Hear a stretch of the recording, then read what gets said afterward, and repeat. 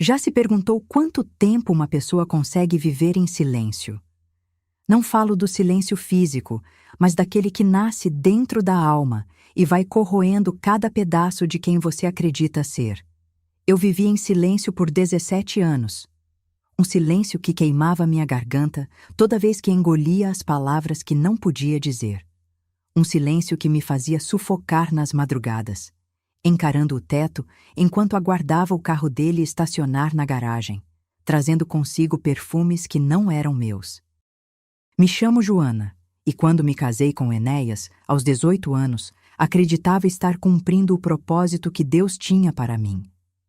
Ele tinha 42, era respeitado, admirado, um homem de Deus. Pelo menos era o que todos diziam. O ancião que conduzia nossa congregação, com mãos firmes e palavras eloquentes.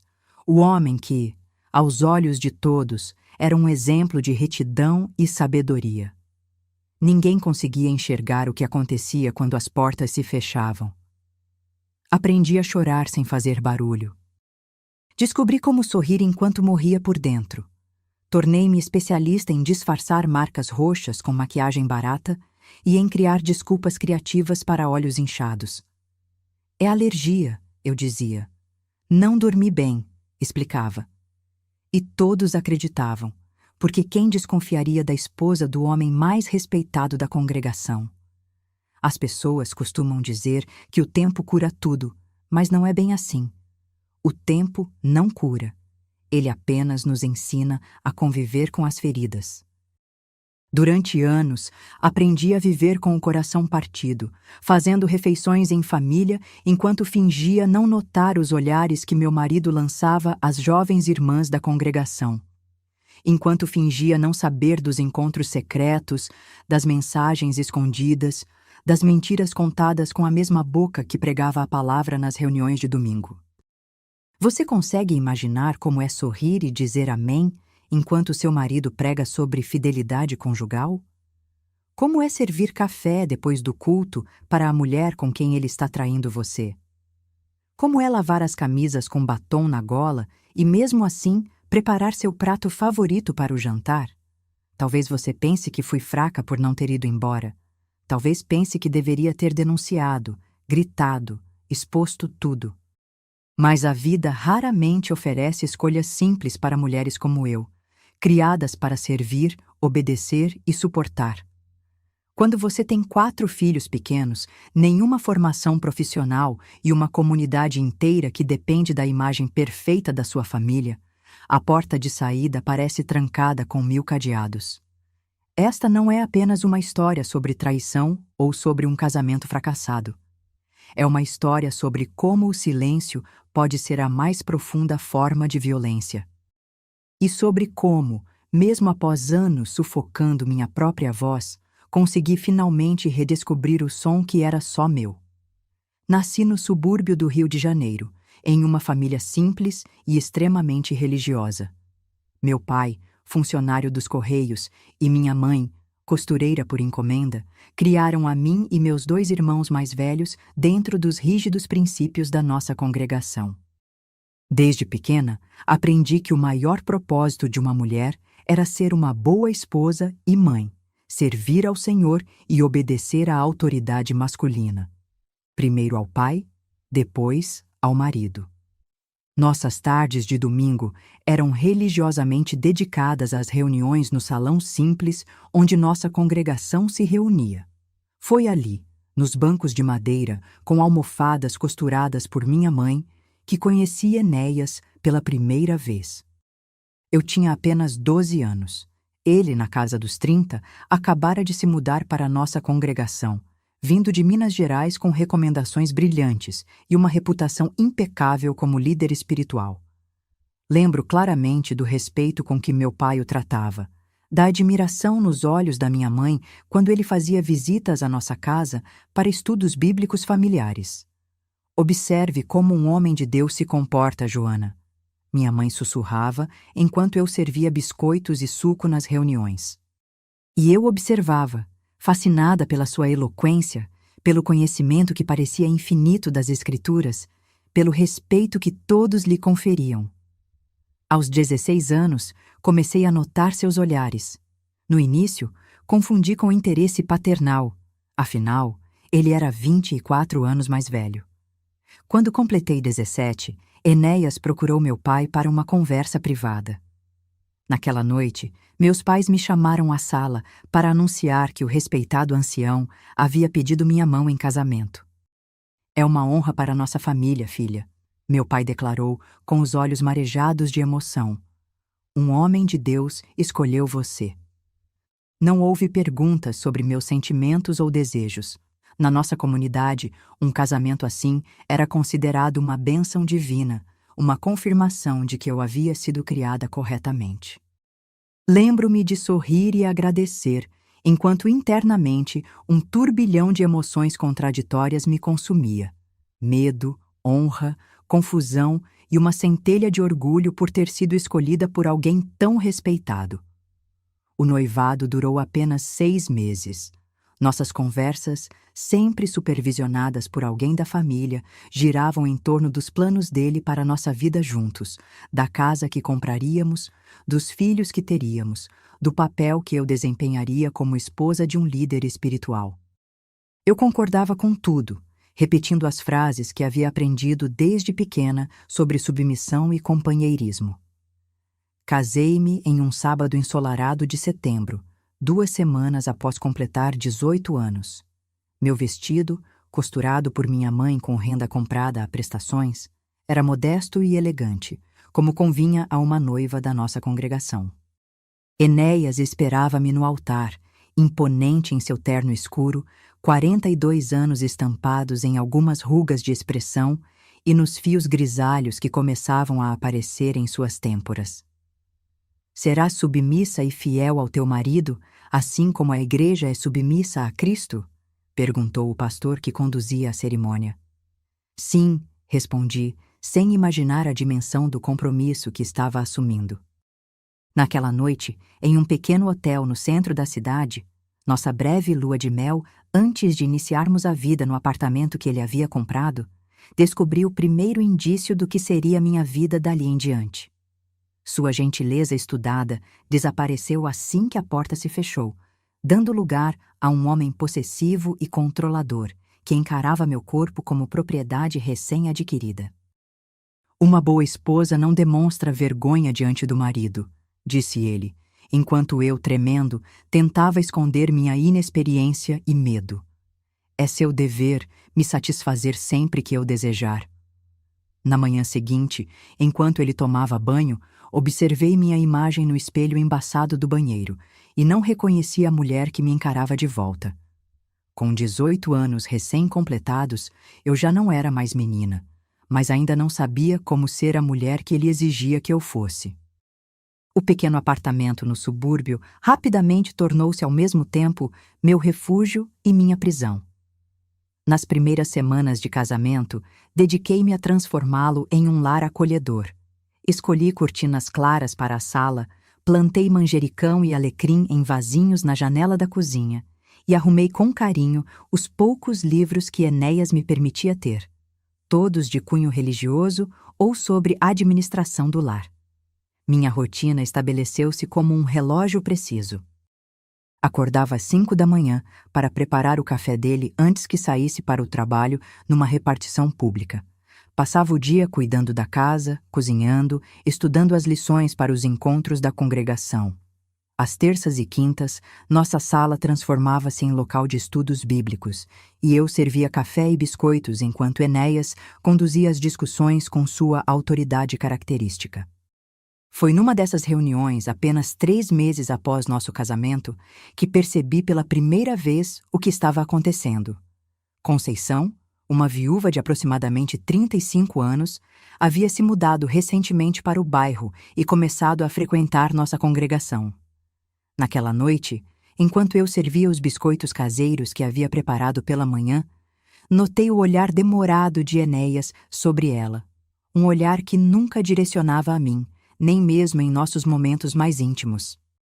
Observei, em silêncio, como ele se sentava mais próximo dela que o necessário, como sua mão tocava acidentalmente a dela ao passar uma página da Bíblia como ele ria das observações dela com uma genuinidade que raramente demonstrava em casa.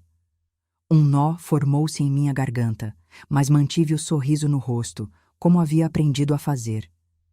Quando todos saíram e ficamos sozinhos, criei coragem para mencionar o que havia notado.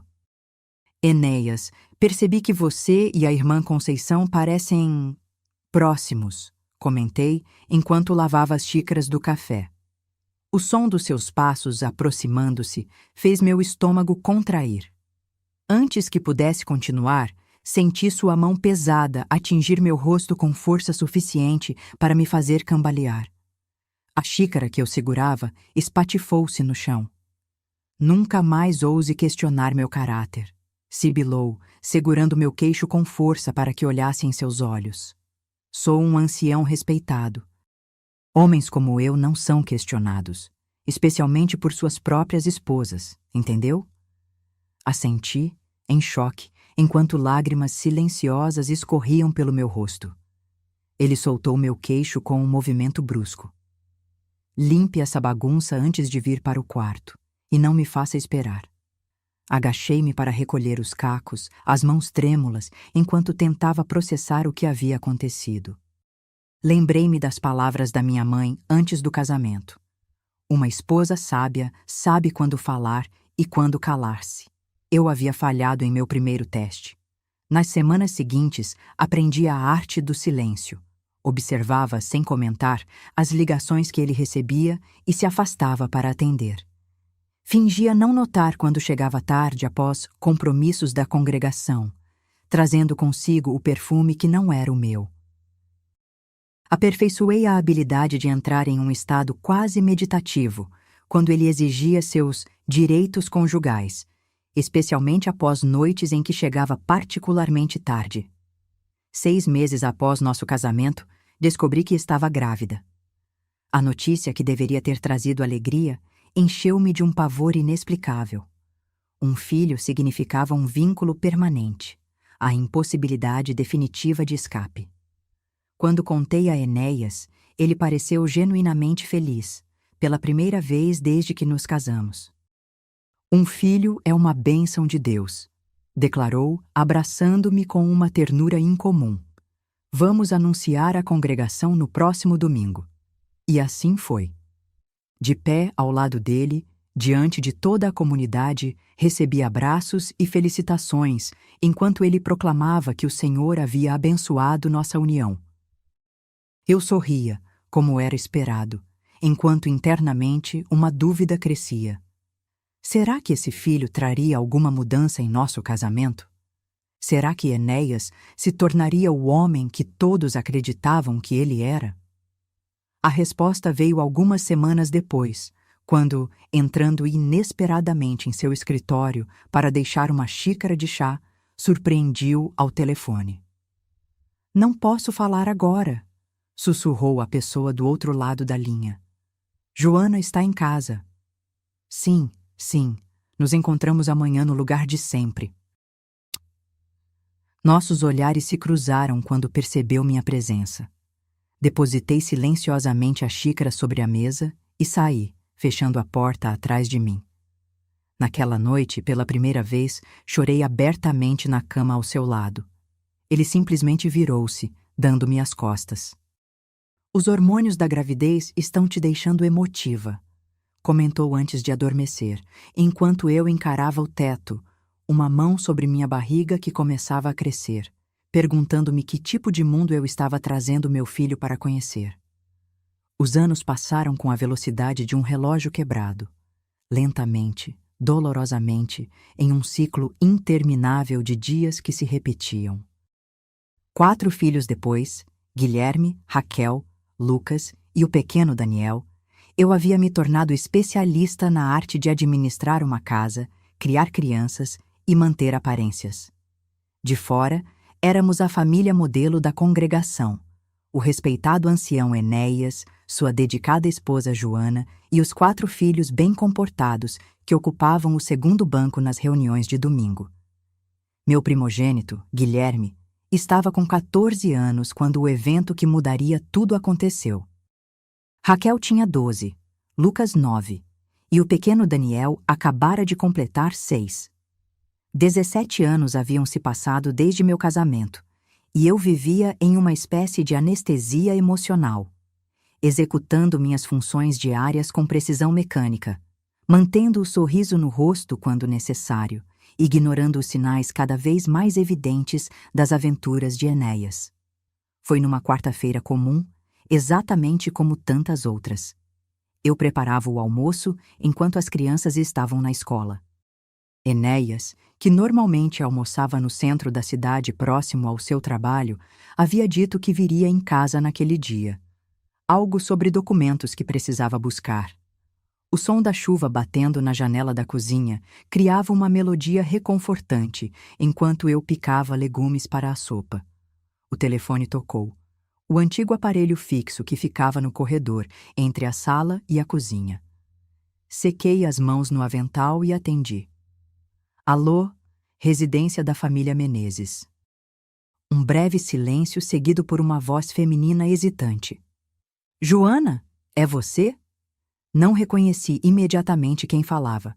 Sim, sou eu. Quem gostaria? É Marta. Marta era uma jovem da congregação, pouco mais de 20 anos, recém-batizada. Nos últimos meses, Enéas havia se oferecido para dar-lhe estudos bíblicos avançados, já que ela demonstrava potencial para serviço especial. Senti meu estômago contrair. Ah, olá, Marta. Enéas não está em casa agora, mas posso anotar seu recado. Outro silêncio, mais prolongado desta vez. Pude ouvir sua respiração entrecortada. Não estou ligando para falar com ele, Joana. Estou ligando para falar com você. Algo na sua voz, um tremor, uma fragilidade, fez meu corpo inteiro gelar. A chuva pareceu intensificar-se lá fora. O que houve, Marta? Eu não sei como dizer isso. Sua voz quebrou-se. Estou grávida, Joana, de 2 meses, e o pai é o Enéas. O mundo pareceu parar de girar. As palavras dela reverberaram em minha mente como um eco distante, enquanto meu corpo parecia flutuar para fora de si mesmo, observando a cena de longe. Uma mulher de 35 anos, segurando um fone de telefone como se fosse uma bomba prestes a explodir. Joana, você está aí? Minha voz saiu estranhamente calma, como se pertencesse a outra pessoa. Sim, estou aqui, Marta. Por que você está me contando isso? Ela soluçou do outro lado da linha. Porque ele disse que vai me denunciar à congregação. Disse que vou ser expulsa porque o seduzi, que ninguém vai acreditar em mim contra a palavra dele, que vou perder tudo, minha família, meus amigos. Joana, eu estou desesperada. Não sei o que fazer. Um trovão ecoou lá fora, tão violento que fez as janelas estremecerem. Ou talvez fossem meus joelhos que tremiam, tornando difícil manter-me em pé. Ele disse que vocês têm um casamento de aparências, continuou ela, sua voz embargada pelo choro. Que você sabe e aceita as outras mulheres dele. Foi isso que ele me disse quando comecei a me sentir culpada. Ele disse que você entende a posição dele como homem. As palavras dela eram facas, cada uma encontrando um ponto vulnerável em meu corpo. 17 anos de humilhações, mentiras e silêncio culminavam naquele momento. 17 anos fingindo não ver, não saber, não sentir. Onde você está agora, Marta? Perguntei, surpreendendo a mim mesma com a firmeza repentina em minha voz. Na casa da minha tia, no Meier. Meus pais me expulsaram quando contei. Eles não acreditaram que foi o irmão Enéas. Anote meu número de celular, instruí. Vou te ligar mais tarde. Não faça nada precipitado, entendeu? Prometa-me. Depois de passar meu número e receber sua promessa embargada, desliguei o telefone. Voltei automaticamente para a cozinha, onde a água da sopa fervia transbordando. Desliguei o fogo e fiquei parada, olhando sem ver para a panela que fumegava. O barulho da chave na porta anunciou a chegada de Enéas. Ouvi seus passos na sala, o som familiar do guarda-chuva sendo fechado, sua voz chamando meu nome. Era hora de fazer uma escolha. E pela primeira vez em 17 anos, escolhi a mim mesma. Quando Enéas entrou na cozinha, me encontrou exatamente onde havia parado, em frente ao fogão, mãos apoiadas na bancada, olhando fixamente para a panela de sopa que transbordara. Ele não percebeu imediatamente que algo estava errado. Como poderia? Há anos eu havia me tornado especialista em esconder emoções. Joana, o almoço está pronto? Só tenho 1 hora antes de voltar ao trabalho, disse ele, afrouxando a gravata enquanto se aproximava. Algo deve ter chamado sua atenção. Talvez minha postura rígida ou o fato de eu não ter respondido imediatamente como sempre fazia. Ele parou a meio caminho. O que houve? Virei-me lentamente para encará-lo. Pela primeira vez em anos, olhei diretamente em seus olhos, sem desviar, sem abaixar a cabeça, sem o reflexo condicionado de submissão. Marta acabou de me ligar, falei, com uma calma que não sabia que possuía.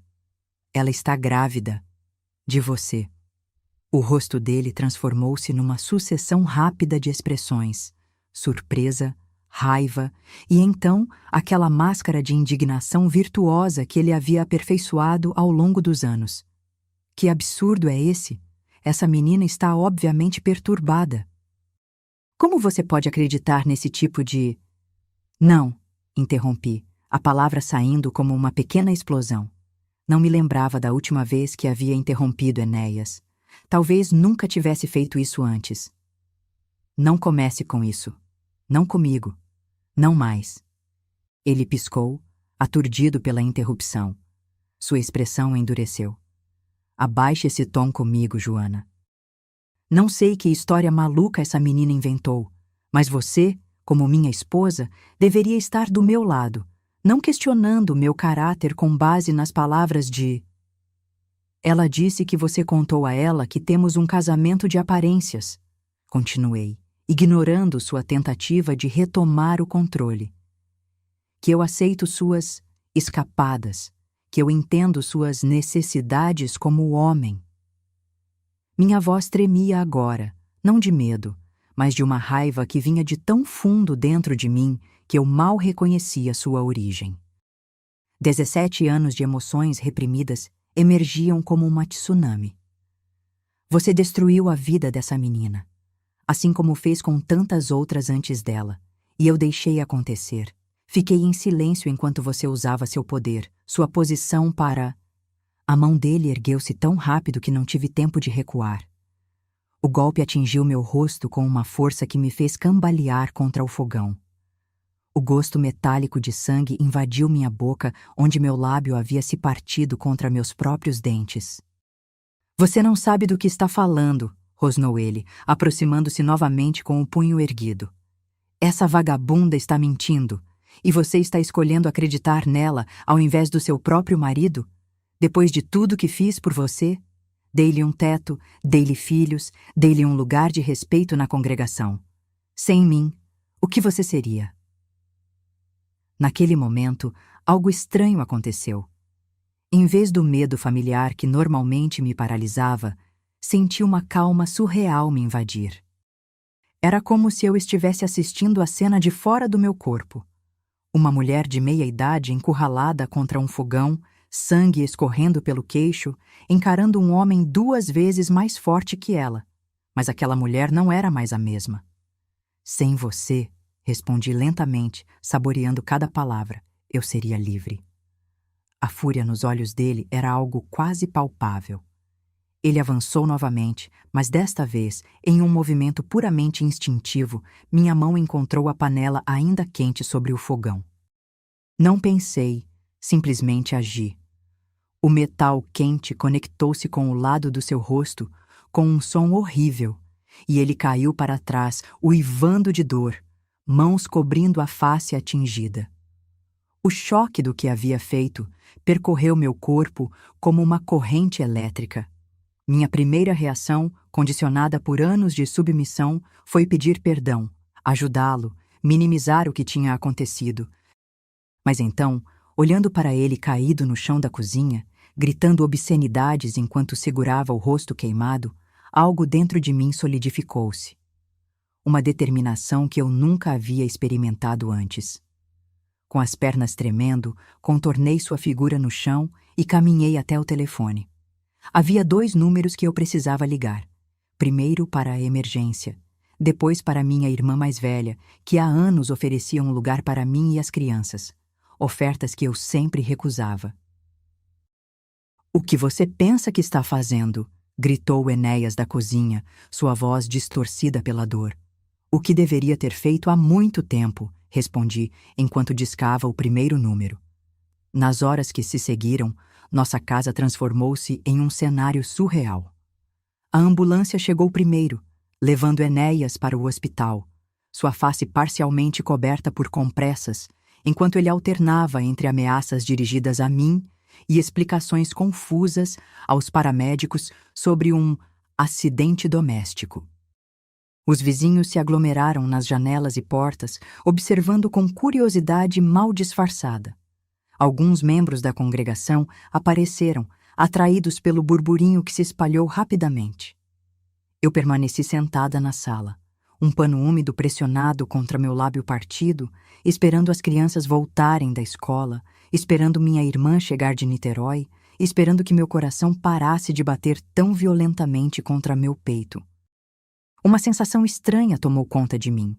Uma mistura de horror pelo que havia acontecido, medo do que viria a seguir, e, surpreendentemente, um alívio tão profundo que chegava a ser doloroso. Como um membro que esteve engessado por anos e finalmente é libertado, a dor e o alívio vindo simultaneamente, inseparáveis. A vida como eu conhecia havia terminado naquela cozinha, entre uma panela de sopa transbordada e um telefone que havia tocado no momento exato. E embora o futuro fosse uma névoa de incertezas, uma coisa eu sabia com clareza absoluta. O silêncio que havia me consumido por 17 anos finalmente havia se quebrado. A notícia se espalhou pela congregação como fogo em palha seca. Uma comunidade que vivia de aparências e sussurros agora tinha o escândalo perfeito. A esposa do ancião Enéas havia atacado o marido com uma panela quente. Ninguém mencionava o lábio partido, as marcas de dedos em meu rosto, ou o fato de que Marta, jovem da congregação, carregava um filho dele no ventre.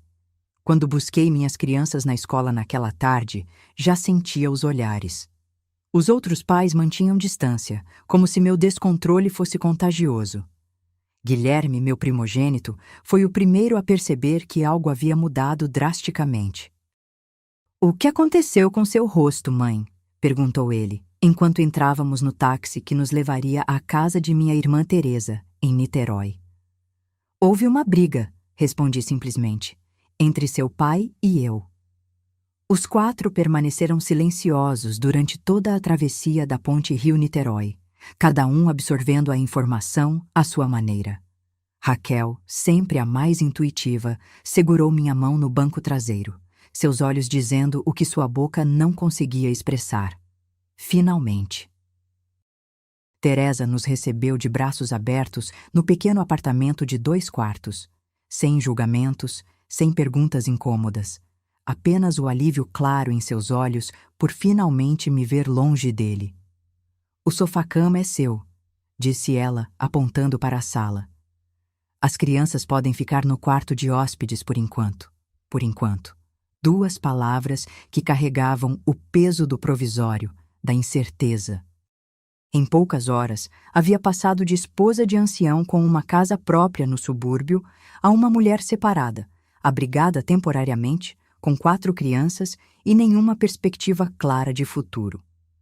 O telefone não parou de tocar naquela noite. Primeiro, as ligações da congregação.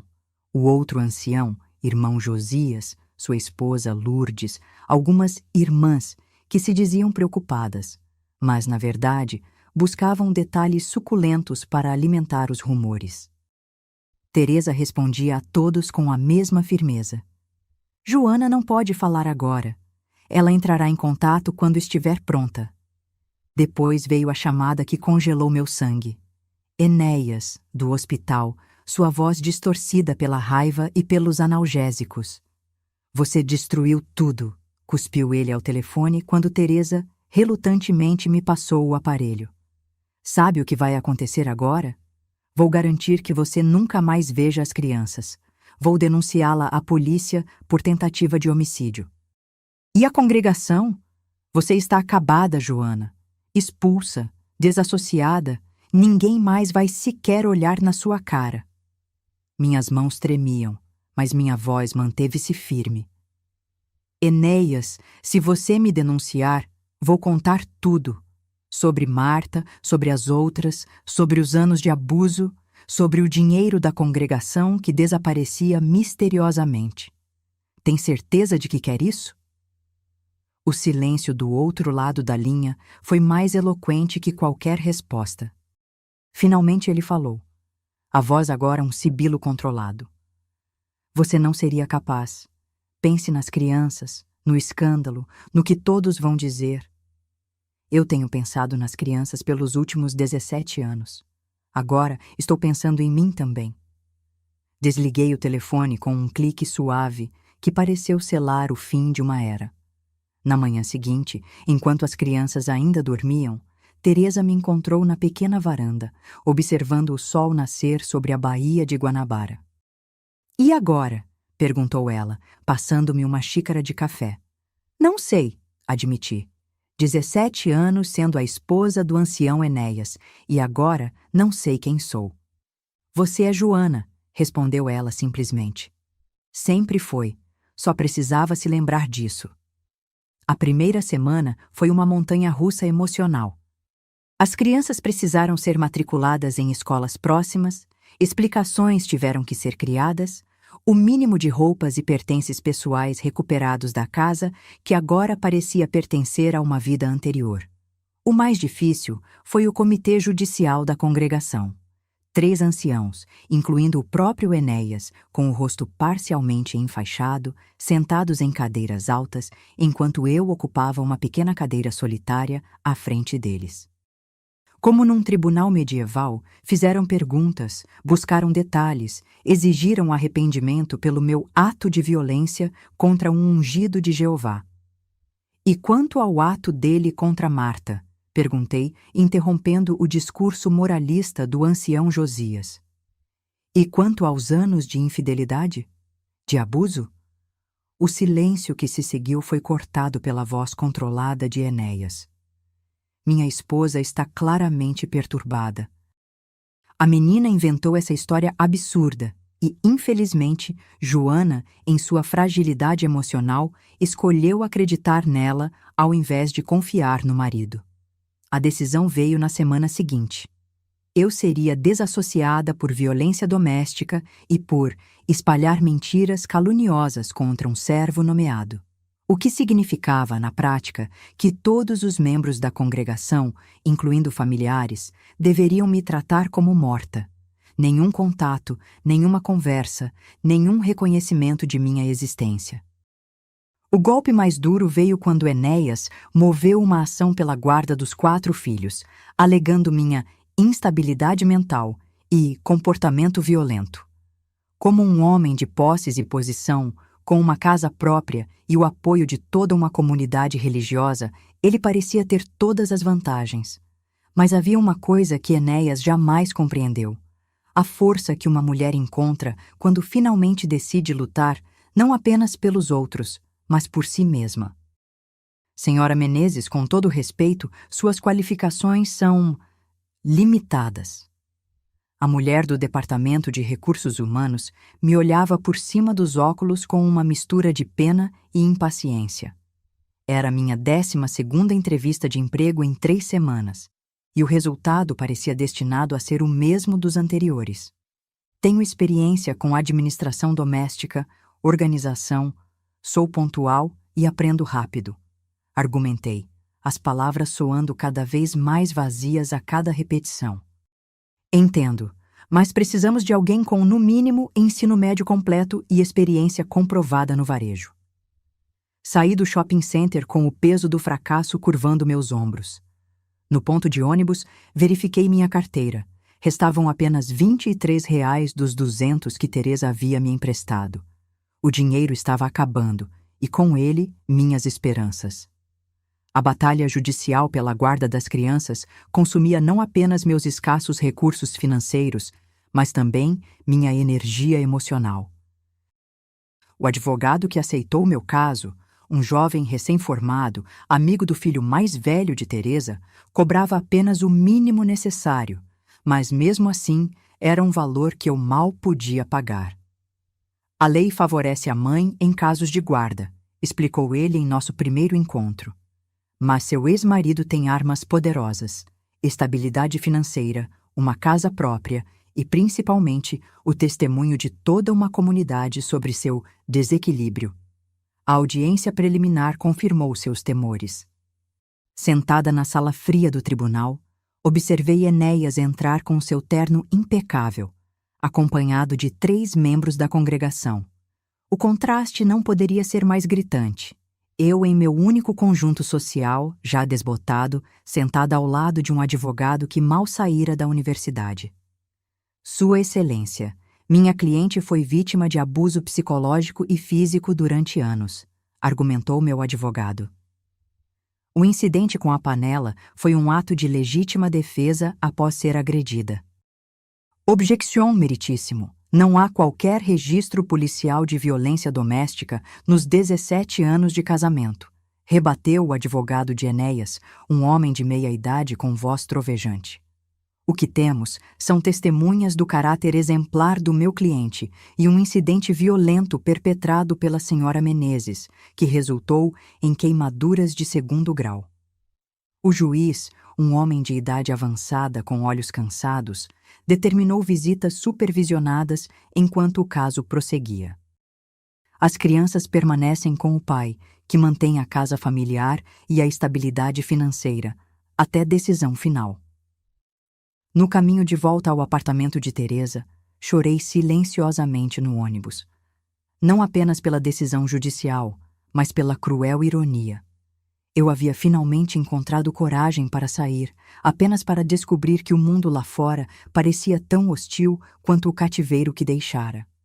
O primeiro mês no apartamento de Teresa transformou-se em 2, depois 3. Minha irmã, com seu salário de professora, sustentava a mim e ainda ajudava com os gastos quando as crianças vinham nos visitar aos sábados. Eu podia ver o estresse em seu rosto, as contas que se acumulavam, mas seu apoio nunca vacilou. Você faria o mesmo por mim, dizia ela quando eu expressava minha culpa. As visitas supervisionadas com as crianças eram momentos agridoces. 2 horas num parque público sob o olhar vigilante de uma assistente social. Guilherme, agora com 15 anos, mal conseguia disfarçar sua raiva pela situação. Pai diz que você pode voltar se pedir desculpas, disse ele durante uma dessas visitas, chutando pedrinhas no caminho. Diz que a congregação poderia reconsiderar seu caso. E você acha que eu deveria voltar, filho? Ele ficou em silêncio por um longo momento. Não, respondeu finalmente. Não éramos felizes lá, nenhum de nós. Mas é difícil, mãe. Na escola, na congregação, todos olham para nós como se fôssemos quebrados. Aquela palavra, quebrados, ficou martelando em minha mente. Era assim que eu me sentia também. Quebrada, incompleta, incapaz de reconstruir minha vida a partir dos fragmentos que me restavam. A reviravolta veio de onde eu menos esperava. Numa tarde particularmente desanimadora, após mais uma entrevista fracassada, entrei num pequeno café para gastar meus últimos trocados em um refrigerante. A proprietária, uma senhora de cabelos grisalhos e sorriso fácil, notou minhas lágrimas mal contidas. Dia difícil? Perguntou, colocando um pedaço de bolo que eu não havia pedido ao lado do meu copo. Dia difícil, mês difícil, ano difícil, respondi com um sorriso triste. Estou procurando alguém para ajudar aqui no café, disse ela, observando-me com atenção. Não pago muito, mas inclui as refeições. Interessada? Foi assim que conheci Dona Zuleide e seu Café Recanto, um pequeno estabelecimento a poucas quadras do apartamento de Teresa. com seu avental florido e sua filosofia de que bolo resolve quase tudo, ela se tornaria não apenas minha primeira chefe, mas uma mentora inesperada na arte de recomeçar. Meu primeiro dia no Café Recanto foi uma montanha-russa de emoções. As mãos trêmulas derramaram café, quebraram uma xícara e confundiram pedidos. Dona Zuleide observava tudo com uma paciência que me desconcertava. Desculpe, murmurei pela 10ª vez quando derrubei uma bandeja de biscoitos. Criança, você passou 17 anos sendo perfeita para os outros. Aqui você tem permissão para errar. No final daquele primeiro dia, exausta e com os pés doloridos, recebi meu primeiro pagamento diário, uma quantia pequena, mas que representava algo que nunca tivera. Dinheiro que eu mesma havia ganado. Meu dinheiro. Em casa, mostrei as notas para Teresa com um orgulho infantil. Vou começar a contribuir com as despesas, anunciei como se aquele valor pudesse fazer qualquer diferença significativa. É um começo, respondeu ela, sorrindo. Um começo. Era exatamente isso. Após anos na inércia, qualquer movimento parecia uma vitória. Mas os desafios estavam apenas começando. Na segunda semana de trabalho, entrou no café um rosto familiar.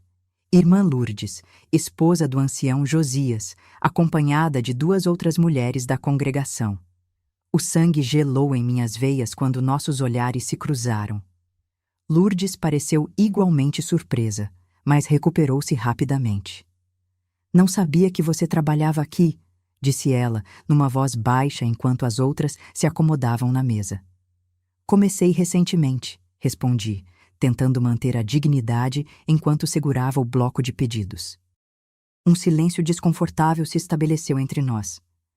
Então, para minha surpresa, ela tocou levemente meu braço. Marta deixou a congregação, sussurrou. Depois que você saiu, outras começaram a falar. Enéas tem negado tudo, claro. Antes que pudesse responder, uma das mulheres chamou Lourdes de volta à mesa. Ela afastou-se com um último olhar significativo. Aquela noite chorei até adormecer. Não de tristeza, mas de uma estranha mistura de alívio e fúria. Alívio por não estar mais sozinha em minha verdade. Fúria por pensar em quantas outras mulheres haviam sido silenciadas antes e depois de mim. A segunda grande falha veio com a tentativa de alugar um apartamento próprio. Após 2 meses no Café Recanto, juntando cada centavo, pensei ter o suficiente para um depósito inicial em um quarto e sala numa área modesta. Precisamos ver seu comprovante de renda, fiador e referências, explicou o corretor, um homem jovem com pressa demais para disfarçar seu desinteresse. Tenho o comprovante do café onde trabalho, respondi. Ele verificou o papel e balançou a cabeça. Isso mal cobre o aluguel, e sem fiador ou histórico de crédito... Outra porta fechada. Voltei para o apartamento de Teresa, sentindo-me derrotada novamente. Na sala, encontrei-a conversando com meu advogado, seus rostos sérios. O juiz marcou a audiência final para o próximo mês, informou ele. Enéas está pedindo guarda exclusiva agora, alegando que suas condições de vida são inadequadas para receber as crianças, mesmo em visitas. Ele não pode fazer isso, protestei. Estou trabalhando, estou me reconstruindo. O problema é que, aos olhos da justiça, você ainda não tem um lar próprio para oferecer às crianças. E ele tem uma casa, estabilidade financeira e testemunhas do seu incidente violento. Naquela noite, o desespero bateu forte.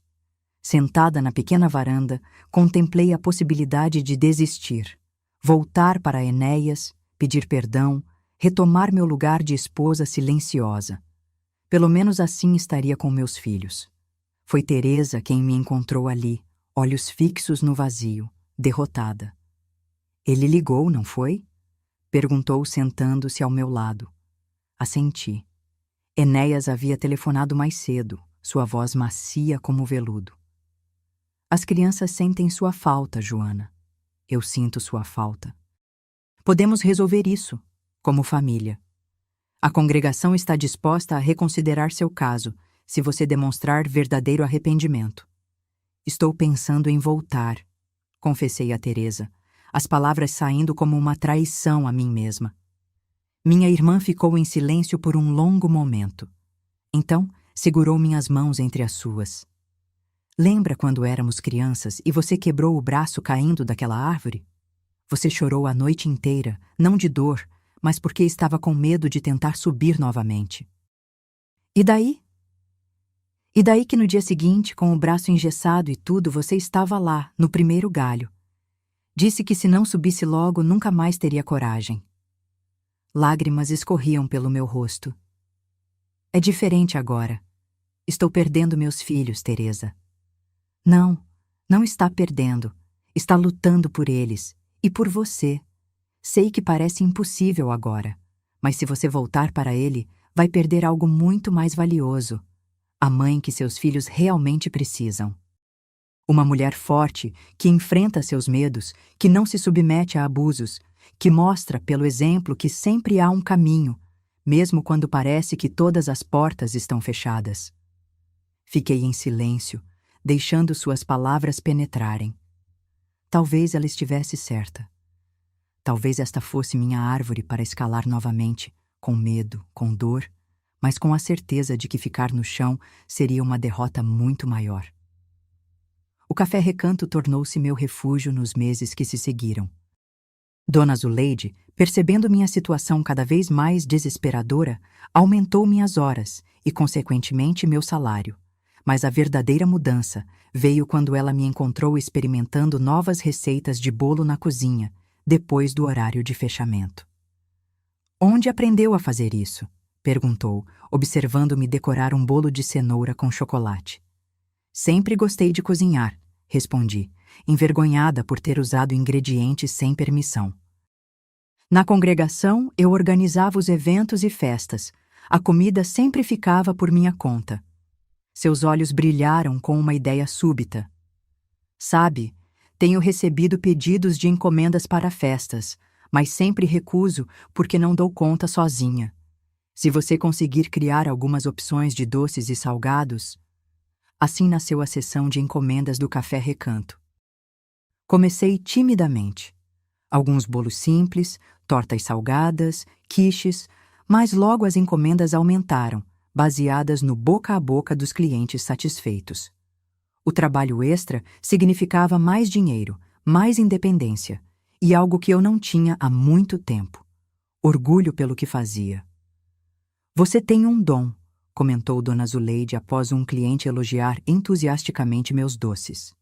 Já pensou em fazer algum curso de confeitaria? A ideia pareceu absurda no início. Eu, aos 35 anos, voltando a estudar? Mas a semente havia sido plantada. Na audiência final pela guarda das crianças, enfrentei novamente o tribunal com um nervosismo diferente. Não mais o desespero de quem não tem nada a oferecer, mas a ansiedade de quem começa a vislumbrar possibilidades.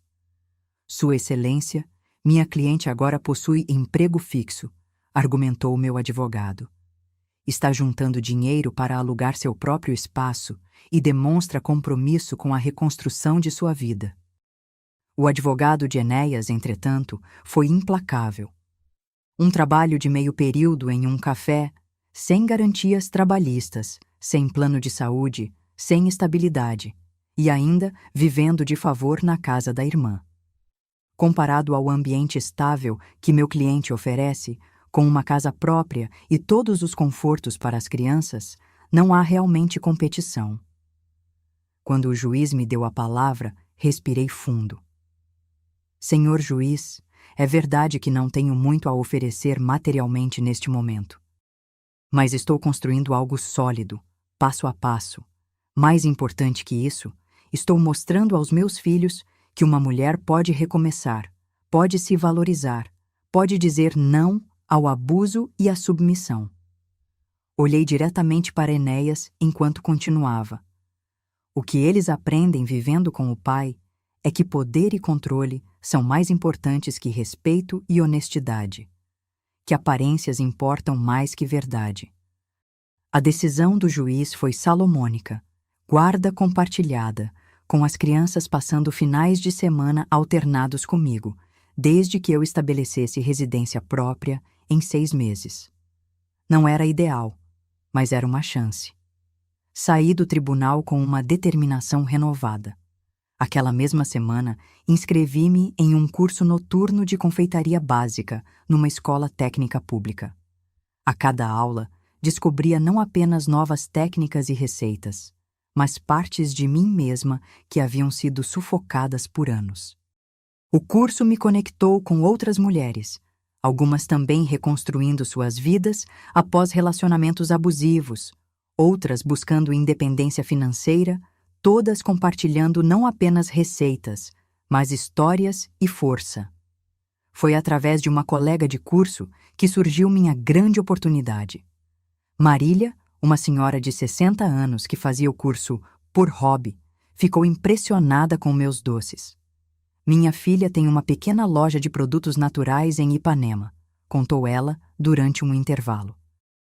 Ela está procurando alguém para fornecer opções de doces sem açúcar refinado, sem glúten, essas coisas saudáveis que estão na moda. Você se interessaria? A princípio, a ideia de criar sobremesas saudáveis pareceu desafiadora demais. Eu conhecia os ingredientes tradicionais, os métodos clássicos. Mas Marília insistiu e marcou um encontro com sua filha, Cláudia. A pequena loja em Ipanema era um outro mundo. Produtos orgânicos, clientes sofisticados, preços que me fizeram engasgar. Cláudia, uma mulher de negócios assertiva, foi direta. Preciso de doces que sejam saudáveis, mas deliciosos. A maioria das opções que encontro são sem graça. Se você conseguir desenvolver algumas receitas, podemos fazer um teste. Passei as 2 semanas seguintes experimentando, errando, ajustando. Teresa transformou-se em cobaia oficial, provando cada nova versão de brownie sem açúcar ou torta vegana. Quando finalmente apresentei as amostras a Cláudia, seu sorriso disse tudo.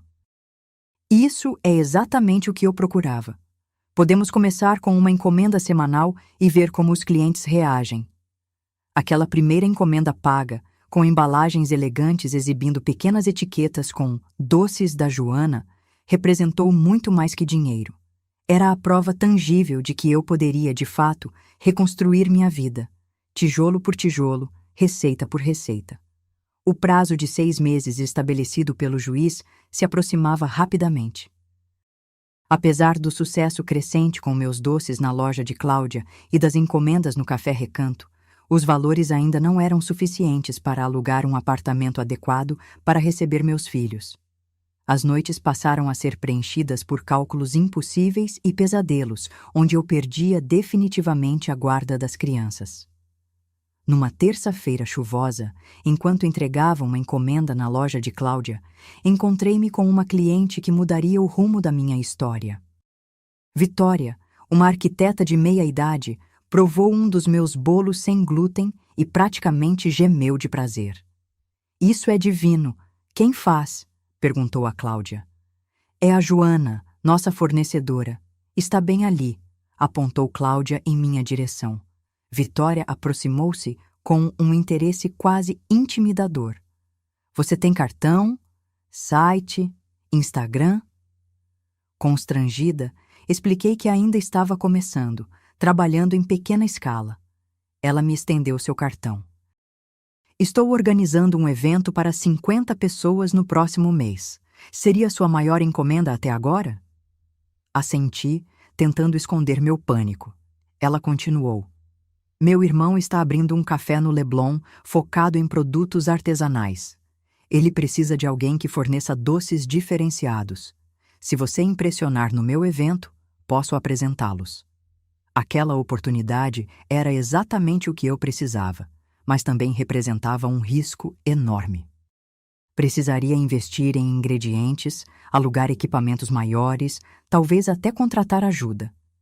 Teresa ofereceu suas economias, mas recusei. Já devia demais a ela. Foi Dona Zuleide quem sugeriu uma solução. Use nossa cozinha depois do horário de fechamento. Cobro apenas os custos de energia e posso ajudar nos dias mais corridos. Com a data do evento se aproximando, minha vida tornou-se um turbilhão. Dormia apenas 4 horas por noite, testando receitas, calculando custos, organizando a logística. Nos finais de semana que recebia meus filhos no pequeno quarto de Teresa, mal conseguia estar realmente presente, preocupada com 1000 detalhes. Uma semana antes do evento, recebi uma ligação de Enéas. Ouvi dizer que você está trabalhando em uma loja em Ipanema, comentou, sua voz calculadamente casual. Está prosperando pelo visto. Um calafrio percorreu minha espinha. Como ele sabia? Estou reconstruindo minha vida, respondi secamente. Fico feliz. As crianças comentaram que você parece ocupada demais quando estão com você. A insinuação era clara como cristal. Ele estava coletando munição para questionar minhas habilidades como mãe. O que exatamente você quer, Enéas? Perguntei, cansada dos jogos. Apenas conversar sobre o futuro. Talvez possamos tomar um café? Sem advogados, só nós dois. Algo na proposta me deixou instantaneamente alerta. Enéas nunca fazia nada sem segundas intenções. Prefiro manter nossa comunicação formal por enquanto, respondi, surpreendendo a mim mesma com minha firmeza. Seu suspiro dramático do outro lado da linha era familiar demais, o prelúdio para seu número de vítima incompreendida. Você sempre foi teimosa, Joana. Mas tudo bem. Só não diga que não tentei fazer isso da maneira amigável. A ameaça velada pairou no ar mesmo após desligar. Aquela noite, não consegui dormir. O evento de Vitória, a possível parceria com o Café no Leblon, o prazo do juiz. E agora, Enéas novamente se movimentando como uma sombra no periférico da minha recém-conquistada liberdade. 2 dias antes do evento, enquanto finalizava as últimas receitas na cozinha do Café Recanto, recebi outra ligação. Era o advogado. Joana, Enéas entrou com um pedido de revisão da guarda compartilhada. Ele alega que você está trabalhando em condições irregulares, sem registro formal, utilizando a cozinha comercial de um estabelecimento para produção própria, sem licença sanitária. Meu mundo desabou. De alguma forma, ele havia descoberto tudo. A noite anterior ao evento de Vitória foi a mais longa da minha vida. Com o advogado, elaboramos uma estratégia para responder às acusações de Enéas, mas o cenário era desafiador. Tecnicamente, ele estava certo. Eu realmente operava sem todas as licenças necessárias, como a maioria dos pequenos empreendedores que começam do zero. Teresa, vendo meu desespero, sugeriu o impensável: desistir do evento e voltar a negociar com Enéas. Talvez, se você concordar com as condições dele por enquanto, ganhe tempo para se estabelecer legalmente, argumentou ela preocupada. E perder a única chance real que tenho de conquistar minha independência? Respondi, esgotada. Se eu ceder agora, nunca mais sairei desse ciclo. Aquela madrugada, sozinha na cozinha silenciosa do Café Recanto, enquanto finalizava os doces para o evento, comecei a repassar cada momento dos últimos meses, cada escolha que havia me trazido até ali. Lembrei-me da primeira vez que entrei naquela cozinha, das mãos trêmulas, do medo do desconhecido. Recordei cada receita aperfeiçoada, cada elogio recebido, cada pequena vitória.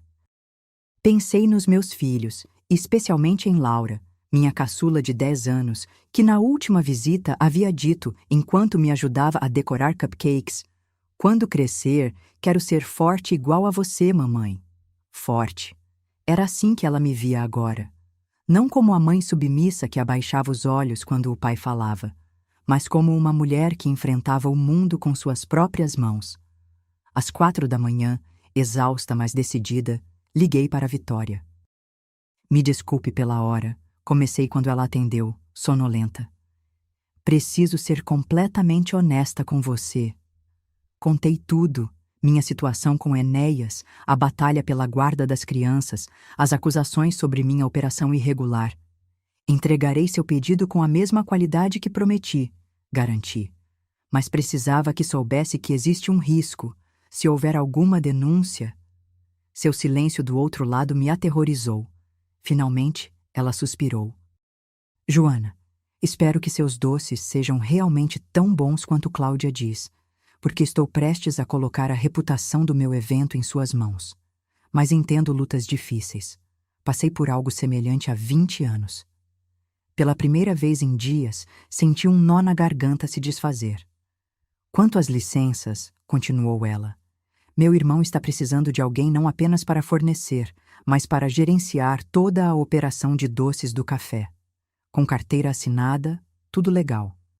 Se você realmente impressionar amanhã, podemos conversar seriamente sobre isso. Quando desliguei, o sol começava a nascer. Olhei para a cozinha impecavelmente organizada, para as dezenas de doces cuidadosamente preparados, para minhas mãos calejadas e queimadas. Em poucas horas, estaria entregando a maior encomenda da minha vida, enfrentando o momento decisivo que poderia finalmente me libertar, ou me devolver à estaca zero. Voltei para o apartamento de Teresa apenas para tomar um banho rápido e trocar de roupa. Na mesa da cozinha, encontrei um envelope. Chegou ontem, explicou minha irmã, do escritório do juiz. Com mãos trêmulas, abri o documento oficial. O prazo para comprovar residência própria havia sido antecipado. Eu tinha apenas 3 dias. O evento de Vitória acontecia num casarão reformado em Santa Teresa, com vista panorâmica para a cidade. Cheguei 2 horas antes, com o carro emprestado de Teresa abarrotado de doces meticulosamente embalados. A cada solavanco na estrada íngreme, meu coração quase parava, temendo que as delicadas montagens de chocolate desmoronassem. O salão estava sendo decorado com um tema botânico sofisticado, folhagens naturais, luzes delicadas, arranjos minimalistas. Vitória me recebeu com um abraço tenso. O buffet principal atrasou, informou, visivelmente estressada. Seus doces terão ainda mais destaque do que planejamos. Montei a mesa de sobremesas com o cuidado de uma artista finalizando sua obra-prima. Cada peça posicionada estrategicamente, os brownies sem glúten com calda de frutas vermelhas, as tortas veganas de limão, os petit gâteaux de chocolate amargo com núcleo de caramelo salgado, os macarons coloridos com recheios surpreendentes. Uma apresentação que contava não apenas a história dos sabores, mas a minha própria jornada de transformação. Quando os primeiros convidados começaram a chegar, empresários, arquitetos, designers influentes, permaneci num canto, observando suas reações. Os murmúrios de aprovação, as expressões de deleite, os pedidos de cartões que eu ainda não tinha. Vitória circulava entre os grupos, ocasionalmente apontando em minha direção. Foi quando o vi. Enéas, impecavelmente vestido, conversando com um grupo próximo à entrada. Meu sangue gelou. Como estava ali? O que pretendia? Antes que pudesse reagir, ele me avistou. Nossos olhares se cruzaram através do salão lotado. Seus olhos, aqueles mesmos que por anos me fizeram sentir pequena e insuficiente, agora transmitiam algo diferente. Raiva, sim, mas também um traço de desconforto que nunca havia percebido antes. Ele começou a caminhar em minha direção, determinado. Pensei em fugir, em me esconder na cozinha, mas algo dentro de mim se recusou a recuar. Pela primeira vez, encarei-o de frente, sem desviar o olhar. "O que faz aqui?" perguntei quando ele se aproximou, mantendo a voz baixa para não criar uma cena. "Fui convidado", respondeu com um sorriso frio. "Projeto a nova sede da empresa de Paulo." Apontou para um homem conversando com Vitória. "Uma coincidência interessante, não acha?" "O que você quer, Enéas?" "Ver com meus próprios olhos." O advogado comentou sobre seu novo empreendimento. "Queria entender por que isso vale mais que nossos filhos. A acusação era tão injusta que senti como um golpe físico. Nossos filhos são tudo para mim, respondi, controlando a voz trêmula. É por eles que estou reconstruindo minha vida. Reconstruindo? Seu riso era gelado. Olhe para você, Joana, servindo docinho em festas. É isso que quer ensinar às nossas filhas? A abandonar sua família por isso? Anos antes, aquelas palavras teriam me destruído. Mas naquele momento, olhando para minha mesa de sobremesas, cada peça criada com habilidade, dedicação e amor, vi claramente o que ele nunca conseguiria entender. O que estou ensinando a elas, Enéas, é que nunca é tarde para recomeçar, que nenhuma mulher precisa aceitar ser diminuída, traída ou controlada, que elas podem e devem criar seus próprios caminhos. Sua expressão endureceu. Bonito discurso. Vamos ver se o juiz concorda comigo que crianças precisam de estabilidade, não de filosofias feministas. Nesse momento, Vitória se aproximou, acompanhada do homem que Enéas havia apontado antes. Paulo, este é o fornecedor que mencionei, apresentou-me ela. Joana, meu cliente Paulo Mendes, dono do Café Jardim no Leblon. Paulo, um homem de meia-idade com olhos gentis, estendeu a mão. Seus doces são excepcionais. Vitória me contou sobre sua história. Estou impressionado com sua resiliência.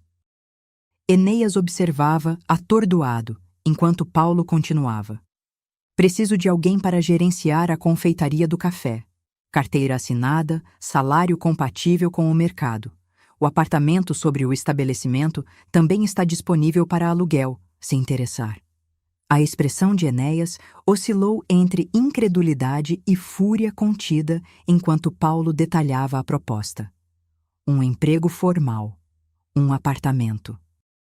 Tudo o que eu precisava para cumprir as exigências do juiz, materializado diante de nós como uma intervenção divina.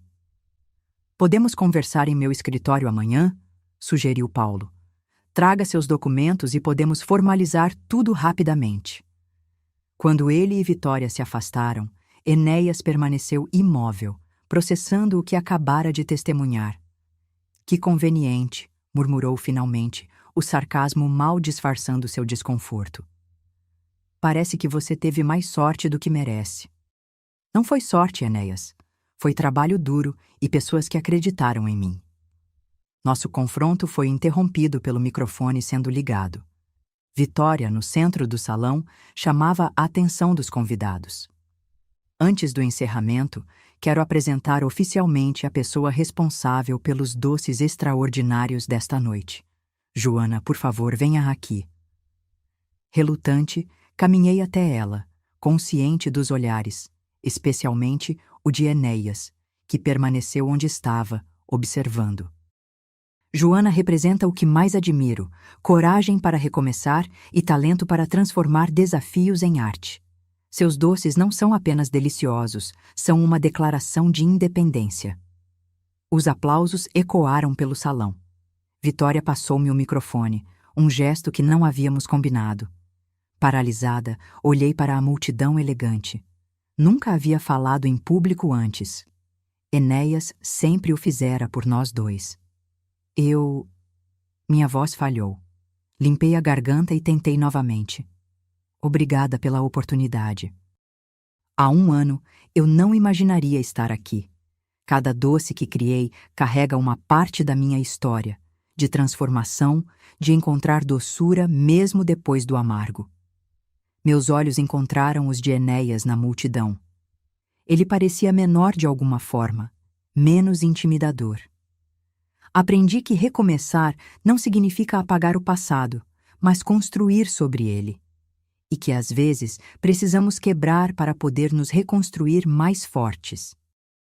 Os aplausos que se seguiram eram para mim, não como esposa de alguém, não como mãe, mas como Joana, a confeiteira que transformava ingredientes simples em pequenas obras de arte.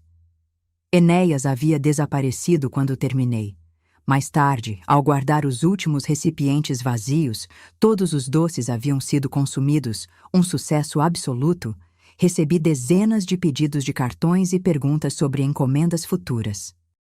Na manhã seguinte, com o contrato de trabalho assinado e o acordo de aluguel em mãos, enfrentei a sala de audiências com uma confiança que nunca havia sentido antes. Enéas e seu advogado pareciam desconcertados quando apresentei os documentos ao juiz. Minha cliente agora possui emprego formal, com registro em carteira e residência própria adequada para receber os menores, declarou meu advogado com mal disfarçada satisfação. O advogado de Enéas tentou argumentar que a situação era muito recente, que precisávamos de um período probatório, mas o juiz foi enfático. Os requisitos estabelecidos foram cumpridos dentro do prazo estipulado. A guarda compartilhada está mantida, conforme decisão anterior. Ao sair do tribunal, Enéas me alcançou no corredor. Isso não termina aqui, advertiu em voz baixa. Você pode ter conseguido esse emprego conveniente, mas continuo sendo o pai deles, o homem que eles respeitam. Sustentei seu olhar sem vacilar. Sim, você é o pai deles, e eu sou a mãe que eles verão crescer, evoluir e conquistar sua independência. Esse exemplo também é importante, não acha? Pela primeira vez em nossa longa história, Enéas não teve resposta. Em seu silêncio, reconheci algo que nunca havia percebido. Sem o poder de me controlar, sem minha submissão, ele parecia desorientado, como se tivesse perdido parte da própria identidade. Saí do tribunal e respirei o ar da tarde carioca. O caminho à minha frente ainda estava repleto de desafios, mas pela primeira vez, pertencia verdadeiramente a mim. 6 meses se passaram desde aquela audiência decisiva. O apartamento sobre o Café-Jardim tornou-se nosso verdadeiro lar, meu e das crianças, nos dias em que ficam comigo. Pequeno, mas acolhedor, com uma cozinha que permite que eu continue experimentando receitas, mesmo nas horas de folga. Ainda me surpreendo com a mulher que vejo no espelho cada manhã. Cabelos agora mais curtos, um corte que Enéas nunca teria aprovado, e olhos que sustentam o próprio olhar. Às vezes, nas primeiras horas do dia, quando o café ainda está fechado e a rua silenciosa, sento-me na pequena varanda com uma xícara de chá e observo o mundo despertando. Nestes momentos de solitude, reflito sobre como o silêncio agora é uma escolha, não uma imposição. Um silêncio que não queima a garganta nem sufoca o peito, mas que acolhe e restaura. Não foi um caminho fácil, nem sempre linear. Houve dias em que questionei cada decisão, especialmente quando as crianças demonstravam confusão ou resistência às mudanças. Pedro, meu filho mais velho, agora com 16 anos, demorou a entender minha transformação. Acostumado a ver o pai como autoridade incontestável, encontrou dificuldade em reconhecer minha nova postura. Por que não podemos voltar a ser como éramos antes? Perguntou certa noite, frustrado após eu estabelecer limites que nunca havia imposto anteriormente. Porque antes não era saudável, filho, para nenhum de nós. Pai diz que você mudou, que não é mais a mesma. E ele está certo, respondi segurando suas mãos. Eu mudei. Mas a questão é, a mudança foi para melhor ou para pior? Essa pergunta pairou entre nós, até que semanas depois, ele me ajudou a preparar uma fornada de brownies para o café, conversando abertamente sobre suas próprias inseguranças na escola, medos que nunca havia compartilhado no ambiente opressivo de nossa antiga casa. Com Laura, minha caçula, a transição foi diferente. Ela floresceu ao ver meu processo de autodescoberta, tornando-se mais confiante, mais expressiva. Descobri que ela desenhava em segredo, um talento que nunca teria sido encorajado por Enéas, que considerava arte perda de tempo. Agora seus desenhos coloridos decoram as paredes do nosso apartamento e até mesmo uma pequena seção do café, onde Paulo criou um espaço para exposições de artistas locais. Minhas relações também se transformaram. Teresa, que foi meu porto seguro nos momentos mais difíceis, agora é uma visita frequente, não mais minha salvadora. Nossa dinâmica mudou para uma relação mais equilibrada entre irmãs. Dona Zuleide tornou-se uma amiga próxima, compartilhando histórias de sua própria jornada de superação após enviuvar jovem. Vitória, para minha surpresa, transformou-se em uma mentora informal, apresentando-me a livros, ideias e pessoas que expandiram meus horizontes para além do que imaginava possível. Quanto à congregação, alguns membros cortaram relações completamente, evitando até mesmo cruzar comigo na rua. Outros, especialmente mulheres como a irmã Lourdes, ocasionalmente aparecem no café, conversando em voz baixa sobre suas próprias dúvidas e anseios por mudança. O mais difícil, porém, foram os encontros inevitáveis com Enéas durante as transições de guarda das crianças. No início, cada troca era carregada de tensão. Seus comentários afiados sobre minha aparência, insinuações sobre minha capacidade como mãe, tentativas de manipular as crianças contra mim. Com o tempo, aprendi que seu poder sobre mim existia apenas na medida em que eu permitia. Quando parei de reagir, de me defender, de buscar sua aprovação mesmo que inconscientemente, algo mudou. Não nele, mas na dinâmica entre nós. Como uma onda que perde força ao não encontrar resistência, suas tentativas de controle tornaram-se cada vez menos frequentes, menos eficazes. Não por rendição da minha parte, mas por fortalecimento. Esta manhã, enquanto preparava uma nova receita de bolo de especiarias para o cardápio de outono do café, Laura me observava com atenção, sentada no banquinho da cozinha, suas pernas balançando no ar, o caderno de desenho aberto ao lado de uma xícara de chocolate quente. "Como você sabe que está pronto, mãe?" perguntou, referindo-se ao bolo no forno. "Pelo cheiro, pela cor, mas principalmente pelo teste do palito. Se sair limpo, significa que está pronto por dentro, mesmo quando ainda não podemos ver." Ela considerou isso por um momento, a testa franzida em concentração. Então, disse algo que me atingiu como uma epifania. "Como você, né? Por fora parecia bem, mas por dentro ainda não estava pronta."